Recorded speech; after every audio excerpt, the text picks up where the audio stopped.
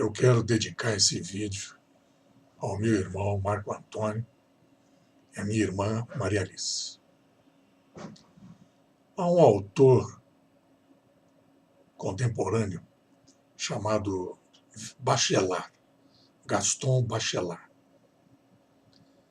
Ele recomenda e diz em um dos seus livros, Poética do Espaço, que a gente faça um devaneio sobre situações que vivemos, para a gente gravar as imagens, as lembranças que a gente tem.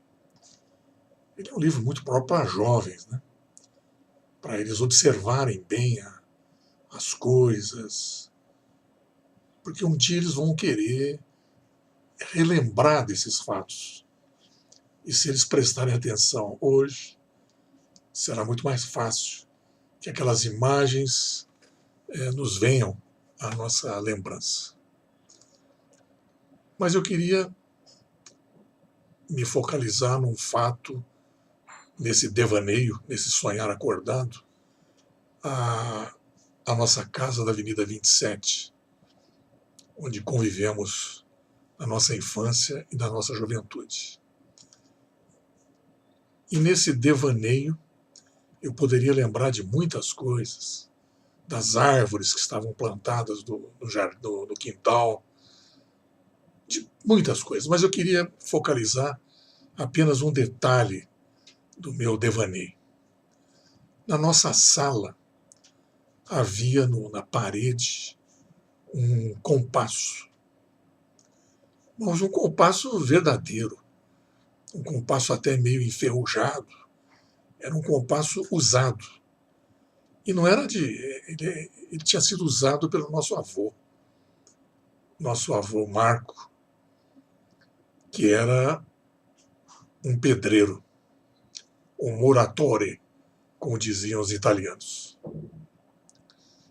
E quando a gente era jovem, a gente não prestava muita atenção naquilo, no que representava aquela imagem daquele compasso que o nosso querido pai havia colocado na sala. Mas com o passar do tempo, a gente vai percebendo e trazendo à lembrança o significado daquilo, que afinal de contas, a nossa infância, a nossa juventude, nós observávamos esse compasso na parede. Papai dizia que era um instrumento do nosso avô, instrumento de trabalho. Mas não era apenas aquele instrumento. Na realidade, aquele compasso traria à nossa lembrança os outros instrumentos que foram usados pelo nosso avô pedreiro. Além do compasso, ele usava também o prumo, que media a parede, para ver se não ficava torta.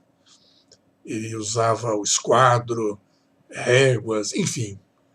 Aquele compasso, ele reunia simbolicamente todos os demais instrumentos de um pedreiro. E é interessante esse instrumento dos pedreiros, porque para você fazer uma construção, para você erguer um muro, se você não usar um prumo, o muro vai ficar torto. Na construção de uma casa, se você não usar a régua, o compasso, o esquadro, são todos instrumentos que trazem linhas perfeitas para fazer a coisa certa, para fazer a coisa correta. Senão, vira um caos. Essa lembrança desses instrumentos que existiam na nossa lembrança nos faz lembrar também uma passagem muito interessante da navegação grega, né? Os gregos eram bons em navegação, e eu costumo dizer sempre isso aos meus amigos. E eles diziam também o seguinte: que para você seguir, para chegar no rumo certo, para você não ficar no caos, à deriva no mar, era preciso uma técnica, que era a técnica da navegação. E olha que eu estou lembrando essa técnica da navegação, lembrando a técnica dos instrumentos do nosso avô.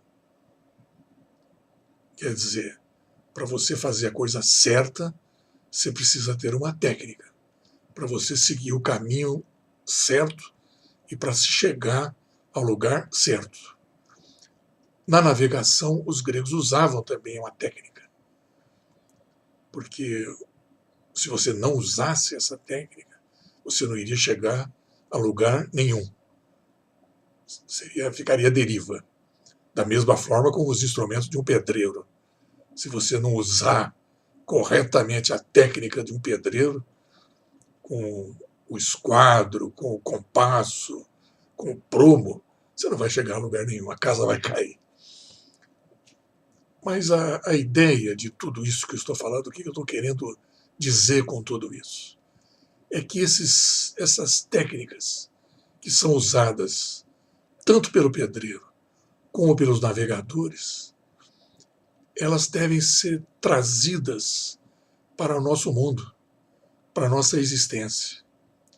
Se lá, na construção da casa, se lá no barco, eu preciso ter uma técnica para fazer a coisa certa, para chegar ao lugar certo, a percorrer o rumo correto, lá eu preciso de uma técnica. E na nossa vida? Nós não precisamos de uma técnica também? Na nossa vida não é diferente. Nós precisamos também usar uma técnica para se chegar ao lugar correto, tomar o rumo certo. É claro que nós temos as nossas imperfeições e vamos muitas vezes não fazer as escolhas corretas, mas precisamos ter em mente sempre isso, que nós temos que usar a técnica do pedreiro, do navegador, para se chegar ao lugar correto. Era essa a lembrança que eu trago, baseado nesse livro do Bachelard, dessa recomendação do Bachelard, num devaneio, para se lembrar de coisas passadas, lembrar de eventos que ocorreram na nossa infância e na juventude, lá na casa da Avenida 27. Tá bom, era isso. Um abraço a todos vocês. Tá. Grande beijo.